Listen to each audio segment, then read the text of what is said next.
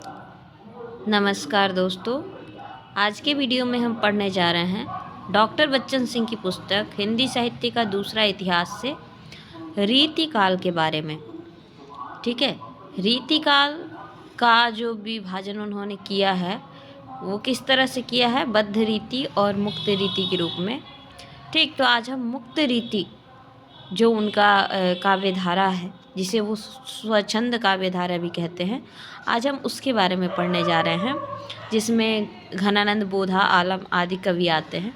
तो डॉक्टर बच्चन सिंह ने किस तरह से स्वच्छंद काव्य धारा या मुक्त रीति काव्य धारा को किस तरह से देखा है, उसकी क्या विशेषताएं बताई हैं, उसमें कौन कौन से कवि आते हैं, उसकी क्या विशेषता रही है, इस सभी चीज़ों पर हम चर्चा करेंगे, जो परीक्षा की दृष्टि से बहुत ही महत्वपूर्ण है। उससे पहले हम देखने वाले हैं बच्चन सिंह का रीतिकाल का विभाजन क्या है, उन्होंने रीतिकाल को किन भागों में विभाजित किया है और उसमें कौन कौन से कवि आते हैं। ये महत्वपूर्ण परिचय है। देखिए, बच्चन सिंह लिखते हैं कि रीतिकाल का संगत उप विभाजन करने के लिए उसे बद्ध रीति और मुक्त रीति की श्रेणियों में बांटना होगा।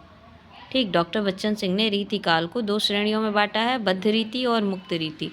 ठीक, मुक्त रीति का अभिप्राय क्या है? मुक्त रीति का अभिप्राय है रीति से मुक्त होते हुए भी रीति को लिए रहना। जैसे मुक्त छंद क्या है? छंद से मुक्त होते हुए भी छंद तत्व से विरहित नहीं होता। उसी तरह से मुक्त रीति का अभिप्राय है रीति से मुक्त होते हुए भी रीति को लिए रहना। ठीक है, तो दो भागों में उन्होंने बांट दिया, बद्ध रीति और मुक्त रीति। सुविधा की दृष्टि से फिर उन्होंने बद्ध रीति के कवियों को दो श्रेणियों में विभक्त किया है। बद्ध रीति के अंतर्गत रीति चेतस और काव्य चेतस। तो जो रीति चेतस कवि हैं उनका रीति के प्रति विशेष चैतन्य है, और जो काव्य चेतस कवि हैं उनका काव्य के प्रति विशेष चैतन्य है। रीति चेतस कवियों में चिंतामणि, भिखारी आदि आ जाते हैं, तो वहीं काव्य चेतस कवियों में देव, मतीराम, पद्माकर आदि आ जाते हैं। मुक्त रीति को पुनः उन्होंने दो वर्गों में बांटा है। मुक्त रीति को उन्होंने क्लासिकल और स्वच्छंद क्लासिकल और स्वच्छंद धारा में बांटा है। क्लासिकल श्रेणी में मुक्त रीति के अंतर्गत क्लासिकल श्रेणी में उन्होंने बिहारी को रखा है। ठीक, बिहारी रीतिकाल के अकेले ऐसे कवि हैं जिन्हें क्लासिकल कहा जा सकता है। ये बच्चन सिंह का विचार है। और वहीं पर जो स्वच्छंद काव्य धारा के कवि हैं उसके अंतर्गत वे रखते हैं घनानंद ठाकुर आदि कवियों को इसके अंतर्गत रखते हैं। घनानंद ठाकुर, फिर आलम, बोधा इत्यादि कवियों को स्वच्छंद काव्य धारा में रखते हैं। तो बद्ध रीति को भी दो भागों में बांटा, रीति चेतस और काव्य चेतस, और मुक्त रीति को भी दो वर्गों में बांटा, क्लासिकल और स्वच्छंद। तो आज का टॉपिक है स्वच्छंद काव्य धारा। ठीक है, आइए देखते हैं स्वच्छंद काव्य धारा डॉक्टर बच्चन सिंह के अनुसार।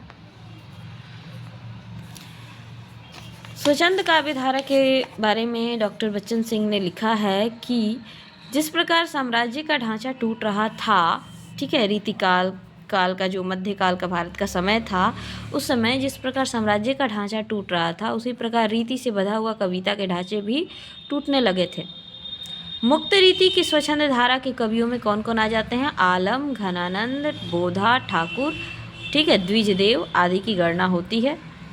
इससे ये नहीं कहा जाना चाहिए कि इस समय बद्ध रीति नहीं लिखा जा रहा था, यानी कि जिस समय स्वच्छंद काव्य धारा चल रही थी, ऐसा नहीं है कि उस समय बद्ध रीति का भी पूरी तरह समाप्त हो चुका था, बल्कि होता है ऐसा कि एक ही कालावधि में दो प्रकार की रचनाएं लिखी जाती रहती हैं। ठीक है, तो लिखी जा रही थी एक ही कालावधि में दोनों प्रकार की रचनाएं, मुक्त रीति भी लिखी जा रही थी और बद्ध रीति भी। ठीक, देव, रसलीन, आलम और घनानंद लगभग समकालीन ही हैं। इसी प्रकार पद्माकर, प्रताप शाही, बोधा और ठाकुर भी समकालीन हैं, यानी इन दोनों में हम देखते हैं तो जैसे हम देख रहे हैं कि आलम, घनानंद आदि मुक्त रीति के हैं, तो वहीं देव और रसलीन बद्ध रीति के हैं। उसी प्रकार हम देखें तो पद्माकर और प्रताप शाही बद्ध रीति के हैं, तो बोधा और ठाकुर मुक्त रीति के हैं, पर ये सभी समकालीन हैं। ठीक, तो इतिहास की एक धारा के समाप्त होने पर दूसरी धारा नहीं चलती है, बल्कि कई धाराएं एक साथ चला करती हैं। ठीक, कुछ धाराएं निर्वाण उन्मुख होती हैं तो कुछ धाराएं प्राणोन्मुख। ठीक, ये बच्चन सिंह के विचार हम देख रहे हैं। स्वच्छंद काव्य धारा की विशेषताएं क्या हैं बताते हैं। स्वच्छंद काव्यधारा के कवि दरबार में रहते हुए भी दरबारी नहीं थे। ठीक, अपनी स्वच्छंद विचारधारा के कारण ही घनानंद को दरबार छोड़ना पड़ा था। स्वच्छंद काव्यधारा के कवियों ने कोई लक्षण ग्रंथ नहीं लिखा है। लक्षण के बंधनों में बंधना इनकी प्रकृति और प्रवृत्ति के विरुद्ध था। ठीक, फलस्वरूप इनकी रचना प्रक्रिया ही लगभग अलग हो गई। घनानंद ने एक पंक्ति लिखी है, लोग हैं लागी कवित्त बनावत, मोही तो मेरो कवित्त बनावत। अब इस कथन के द्वारा वे अपनी रचना प्रक्रिया का वर्णन ही नहीं कर रहे हैं, बल्कि उन्होंने ये भी बताया कि बद्ध रीति कवियों की रचना प्रक्रिया कैसी रही है, जहाँ कविता करने के लिए कविता की जा रही थी, जहाँ बने बनाए ढांचे में कविता ढाली जा रही थी, ये बद्ध रीति था। तो उन्होंने बताया कि लोग कवित्व को बनाने में लगे हुए हैं। आनंद के कवि व्यक्तित्व का निर्माण ही स्वयं कविता करती है। ठीक, तो बद्ध रीति काव्य पर व्यंग करते हुए ठाकुर ने भी लिखा है। ठाकुर ने क्या लिखा है? ठाकुर ने लिखा है कि लोगों ने कविता को करना कोई खेल समझ लिया है। ठीक है, वे उन्हें राजसभाओं में ऐसे फेंकते हैं जैसे कोई मिट्टी का ढेला फेंक रहे हों। तो ठाकुर ने क्या लिखा है? बद्ध रीति के कवियों की आलोचना करते हुए लिखा है कि डेल सो बनाए आए मेलत सभा के बीच लोगन कवित्व की वो खेल करी जानो है। डेल सो बनाए आए मेलत सभा के बीच लोगन कवित्व की वो खेल करी जानो है। ऐसा किसने लिखा? ठाकुर ने लिखा। ठीक, तो ऐसा लगता है कि ठाकुर के समय ढेर के ढेर कवि अपनी कविता की करिश्मा दिखा रहे थे, जिसके विरोध में उन्होंने यह पंक्ति लिखी। बद्ध रीति के कवियों का प्रेम जहाँ सामान्यतः क्रीड़ा परक था, तो वहीं स्वच्छंद कवियों का प्रेम पीड़ा परक था। बद्ध रीति कवियों का प्रेम क्रीड़ा परक था, जबकि स्वच्छंद काव्यधारा के कवियों का प्रेम पीड़ा परक था। प्रेम को उन्होंने अपने जीवन में जिया था, और इसी को आज की शब्दावली में क्या कहते हैं? भोगा हुआ यथार्थ कहा जाता है। ये नेह के पीर के कवि थे। इनके प्रेम में कपट और चतुराई के लिए कोई स्थान नहीं था। जैसा कि घनानंद लिखते हैं, अति सूधो स्नेह को मार्ग है, जहाँ नैको शयाना बाँक नहीं। ठीक, उसी तरह से बोधा ने क्या लिखा है? यह प्रेम को पंथ कराल महा, तलवार की धार पे धामन है। ठीक, तो ये हम देख रहे हैं कि ये स्वच्छंदतावादी काव्यधारा के कवियों की हमें क्या क्या विशेषताएं निकल करके आई। सबसे पहले तो हमने देखा कि इसमें रीति का ढांचा टूटा है। ठीक है, रीति से बधी हुई कविता करने का ढांचा इसमें टूटा है, और इसमें जो है इसमें लक्षण ग्रंथ लिखने की प्रवृत्ति इस काल के कवियों में नहीं रही है। ठीक, और ये कवि दरबारी होते हुए भी ठीक है जो है दरबारी नहीं रहे हैं, वे स्वतंत्र विचारधारा के रहे हैं। ठीक, लक्षण ग्रंथों में बंधना इनकी प्रवृत्ति नहीं रही है। ठीक, और इन्होंने अपने काव्य में जिस प्रेम की अभिव्यक्ति की है वो क्रीड़ा परक नहीं है, बल्कि पीड़ा परक है। इन्होंने भोगे हुए यथार्थ की एक तरह से अभिव्यक्ति की है। ये कवि नेह के पीर के कवि थे या प्रेम के पीर के कवि थे। ठीक है, स्वच्छंदतावादी कवियों की नैतिकताएं सीधे मानव समाज से जुड़ती हैं। स्वच्छंदतावादी कवियों में आने वाले कवि हैं आलम जो है, आलम नाम से दो कवि मिलते हैं। एक आलम जो है औरंगजेब के पुत्र मुअज्जम शाह यानी बहादुर शाह के दरबारी थे। ये वो आलम नहीं है जो रीतिकाल में जो आलम आते हैं। ठीक, हिंदी में एक नहीं दो आलम हुए हैं। एक माधवानल कामकंदला की रचना करने वाले आलम हुए हैं, और दूसरे मुअज्जम के आश्रित आलम केली के रचयिता वाले आलम हुए हैं। जो माधवानल कामकंदला के रचयिता आलम हैं उनको भक्ति काल का कवि कहा जाता है, और जो काम केली नामक रचना करने वाले रचयिता हैं आलम, वो रीतिकाल के स्वच्छंद काव्यधारा में आते हैं। ठीक, तो याद रखना है कि यहाँ जो आलम है जो स्वच्छंद काव्यधारा में आते हैं उनकी रचना है, आलम की रचना क्या है? आलम की रचना है आलम केली। ठीक है, दूसरे कवि जो हमारे हो जाते हैं, अच्छा आलम के संबंध में भी एक खास बात क्या है, आगे हम सभी कवियों पर बात करेंगे। इन सभी स्वच्छंदतावादी काव्यधारा के जितने भी कवि थे वो किसी न किसी तरह की उनके बारे में कोई प्रेम कथा या उनसे जुड़ी हुई है। ठीक है, यानी उनके जीवन की किसी प्रेम का प्रसंग इन कवियों के जीवन से जुड़ा है। फिलहाल आलम की रचना है आलम केली। ठीक है, ये भी मुक्त रीति के कवि हैं, आलम केली इनकी रचना है। उसके बाद आ जाते हैं घनानंद। 1673 इनका जन्म वर्ष है, 1761 इनके मृत्यु वर्ष है। और हम घनानंद की अगर रचना की बात कर ले, घनानंद कौन थे? मोहम्मद शाह रंगीले के दरबार के मीर मुंशी थे, ठीक।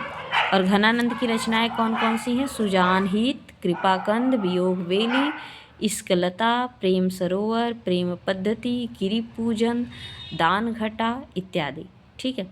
और मुख्य रूप से इनकी कृति का आधार क्या है? सुजानहित और घनानंद कवित, ठीक। विश्वनाथ प्रसाद मिश्र ने इनकी रचनाओं का जो है संपादन किस नाम से किया है? घनानंद ग्रंथावली के नाम से, ठीक है। घनानंद की ये रचनाएं हो गई।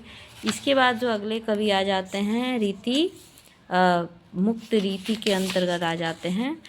घनानंद के बाद अगर हम देखें तो ठाकुर आ जाते हैं। 1766 इनका जन्म वर्ष है, 1823 इनका मृत्यु वर्ष है। और इनकी रचना, ये ठाकुर कौन है? ठाकुर नाम से भी हिंदी साहित्य में दो ठाकुर हुए, एक असनी वाले ठाकुर, एक ठाकुर बुंदेलखंड वाले।